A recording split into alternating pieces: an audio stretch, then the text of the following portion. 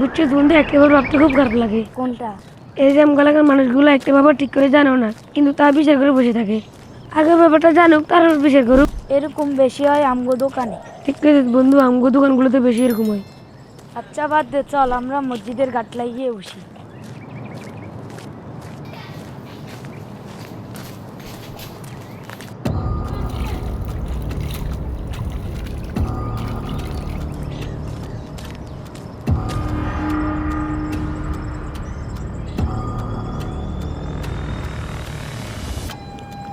বন্ধু বন্ধু দেখ, জুতা চুরি করতেছে না? হ্যাঁ, আমারও তো তাই মনে হয়। ও আসলে চল, আজকে ওকে ধর্ম চল। এই বেড়া, এই দাঁড়া বন্ধু আমার।